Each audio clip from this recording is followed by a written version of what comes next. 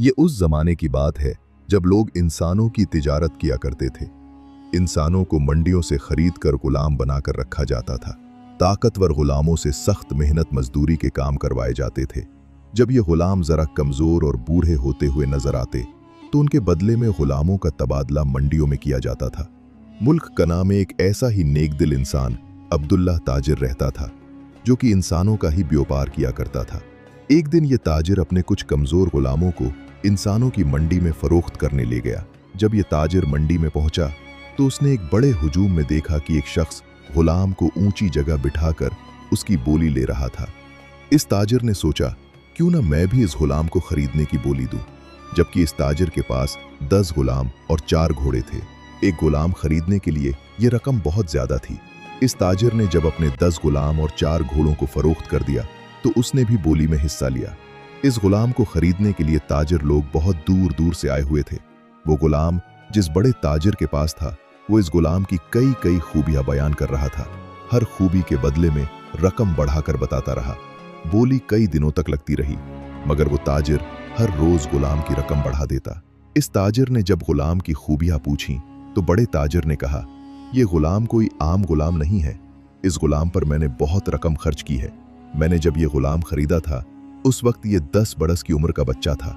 मैंने इस गुलाम को पूरे 15 साल पढ़ाया लिखाया और उसकी फौजी तरबियत के साथ साथ कई मुल्कों की बोलियां भी सिखाई हैं। इस ताजिर ने इस गुलाम की जब खूबियां सुनी तो उसने अपने दिल में अहद कर लिया कि वो इस गुलाम को जरूर खरीदेगा, चाहे उसे इस गुलाम की कितनी ही कीमत क्यों न चुकानी पड़े।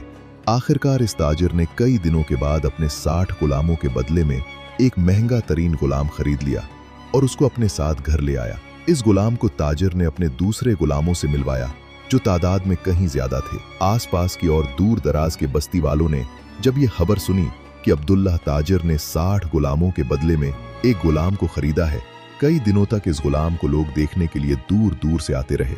मेरे आका, अगर आप मुझ पर भरोसा करें तो इन गुलामों की जिम्मेदारी आप मुझे संभालने का इख्तियार दे दें। इससे पहले इन गुलामों की देखभाल की जिम्मेदारी ताजिर की बेटी के पास थी। ताजिर ने गुलाम को इसलिए आजाद नहीं करवाया था कि वो भी इस गुलाम को किसी मंडी में जाकर ऊंची बोली में फरोख्त करेगा, बल्कि ताजिर के दिल में ये ख्याल था, इल्म खुद एक बहुत बड़ी दौलत है। मैंने इस गुलाम को खरीदकर घाटे का सौदा नहीं किया। ताजिर अब मुल्क में अपने नेक अमल की वजह से पहचाना जाने लगा।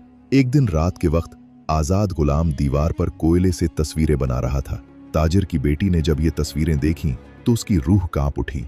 आजाद गुलाम ने इन तस्वीरों में आजादी और गुलामी का जो तस्वुर पेश किया, ताजिर की बेटी समझ गई कि इंसानों को खरीद कर कैद किया जा सकता है, मगर उनके जज्बात को नहीं। ताजिर की बेटी ने यह सब कुछ देखने के बाद आजाद गुलाम को कहा, तुम अपनी मर्जी से आ जा सकते हो। इस तरह वक्त गुजरता गया। आजाद गुलाम ने ताजिर के दूसरे गुलामों को पढ़ने लिखने के साथ साथ फौजी तरबियत भी दी। जबकि ताजिर ने एक पढ़ा लिखा गुलाम खरीदा था, अब इस ताजिर के पास कई पढ़े लिखे गुलाम थे। इस मुल्क का बादशाह कई बार पानी के मसले की वजह से अपने हमसाया मुल्क से जंग कर चुका था, मगर हर बार हारने की वजह से बादशाह के जहन में कामयाबी की कोई तरकीब नहीं आ रही थी। खेत सूख रहे थे, जानवर भूख और प्यास की वजह से मर रहे थे, मुल्क में अनाज का कहत पड़ गया। दिन ब दिन मुल्क में अनाज की कमी बढ़ती जा रही थी।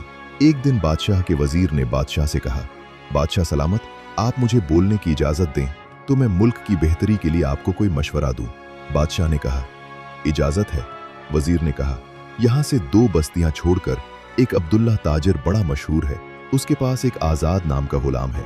ताजिर ने उसे 60 गुलामों के बदले में खरीदा था और यह भी सुना है अब्दुल्लाह के पास कई फौजी तरबियत। आजाद ने पहले कई हफ्तों तक बादशाह की फौज को तरबियत दी।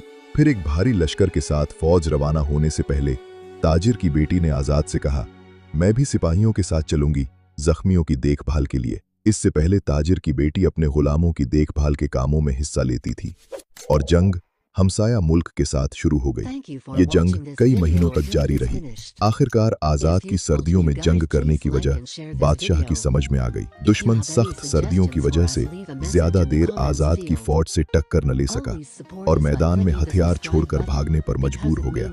वहां के बादशाह का रुस्तम घोड़ा भी आजाद ने अपने कब्जे में ले लिया और फतह का ऐलान कर दिया और इर्द गिर्द के बहुत से इलाके भी अपने कब्जे में ले लिए। अपनी कामयाबी कासिद के हाथ भेज दी, जिस पर यह लिखा था कि बादशाह सलामत, आदाब, फतह मुबारक हो। मगर मुझे ये बात बड़े अफसोस के साथ कहनी पड़ रही है कि कमज़ोर हुक्मरान कहीं भी हों, वो नाकाम होते हैं। मैं अगर आपके पास जंग जीत कर वापस आता हूँ तो आप मुझे ज़्यादा से ज़्यादा वज़ीर या गवर्नर बना दें, मगर मैं अब वापस नहीं आना चाहता, बढ़ाने के लिए तैयार हूँ। अगर आप मुझे इस मुल्क का बादशाह नहीं मानते तो फिर जंग के लिए तैयार हो जाए। बादशाह को जब कासिद ने यह पैगाम पढ़कर सुनाया तो बादशाह ने कहा, बहादुर लोग अपनी जगह खुद बना लेते हैं। इस तरह आज़ाद दूसरे मुल्क का बादशाह बन गया। दोनों मुल्कों के हालात बेहतर हो गए, खेतों में हरियाली आने लगी। आज़ाद ने अब्दुल्लाह ताजिर की बेटी से शादी करके खुशगवार जिंदगी का आगाज